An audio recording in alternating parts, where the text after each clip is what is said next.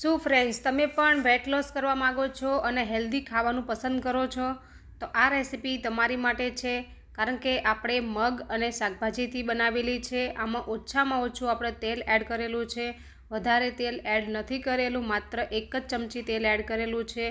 તો વિડીયોને એન્ડ સુધી જોતા રહેજો અને વિડીયો ગમે તો લાઇક કરજો, શેર કરજો અને સબસ્ક્રાઈબ ના કર્યું હોય તો કરી લેજો નવી નવી રેસીપી જોવા માટે। આજની આપણી આ રેસીપી છે મગની ભેળ।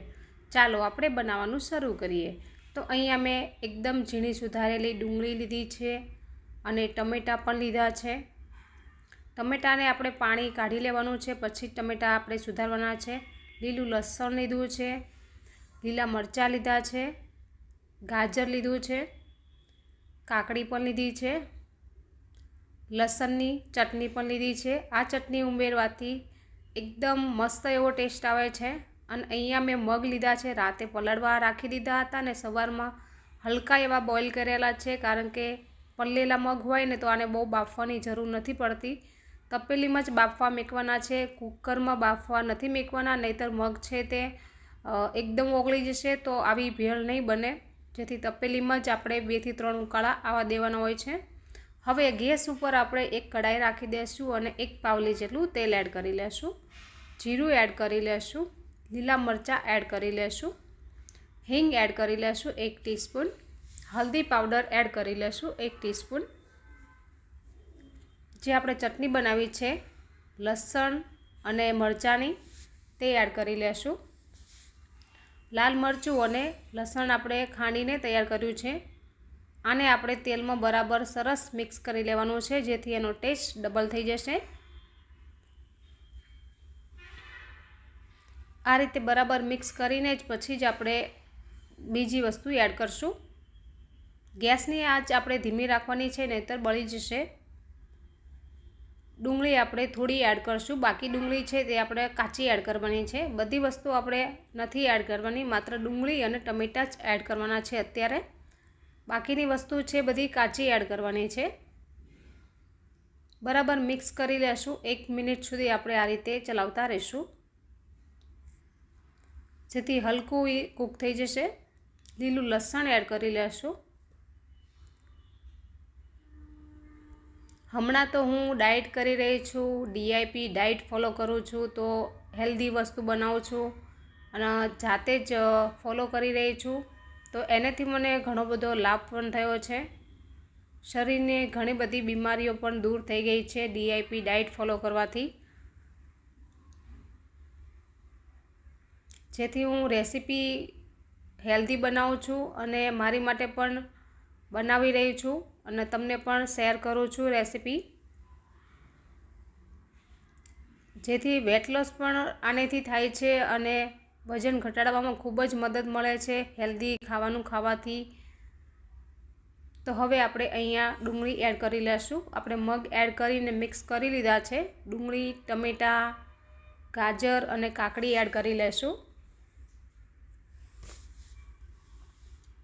ગેસની આંચ આપણે એકદમ સ્લો છે,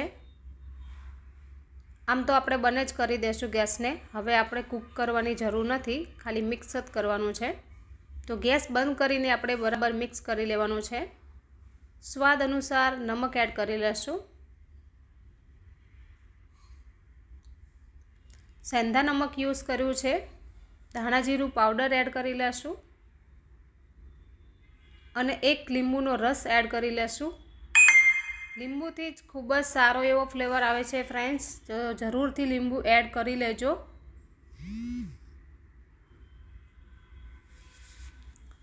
લીંબુ એડ કરીને જ આપણે આમાં ખાવામાં ટેસ્ટમાં બહુ સરસ લાગે છે। અને હેલ્ધી ખાવાનું પસંદ કરતા હોય તો લાઈક જરૂરથી કરજો। આજકાલ બહારનું ખાઈ ખાઈને બધા બહુ જ બીમાર પડે છે। તો આ આપણી રેસીપી સરસ એવી હેલ્ધી મગની ભેળ બનીને તૈયાર થઈ ગઈ છે। મને લીંબુ થોડું વધારે પસંદ છે એટલા માટે મેં બીજું પણ એડ કર્યું છે। આની અંદર તમે ચાટ મસાલો પણ એડ કરી શકો છો।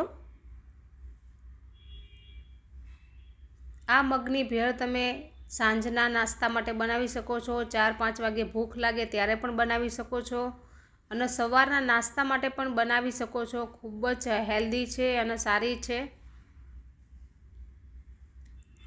હમણાં તો મેં ઘઉંની રોટલી પણ બંધ કરી દીધી છે, ચીની ખાવાનું પણ બંધ કરી દીધું છે, દૂધ ખાવાનું પણ બંધ કરી દીધું છે. ઘણી બધી વસ્તુ મેં અત્યારે અવોઇડ કરી છે અને તેનાથી મને ખૂબ જ લાભ થયો છે. અને 1 મહિનાથી હું DIP ડાયટ ફોલો કરી રહી છું. એટલા માટે હું વિડીયો પણ ઓછા નાખું છું હમણાં. તો આપણે નીચે ઉતારી લીધું છે અને એક પ્લેટમાં કાઢી લેશું. DIP ડાયટ ફોલો કરવાથી કેટલી બધી બીમારીઓ મારી જતી રહી છે.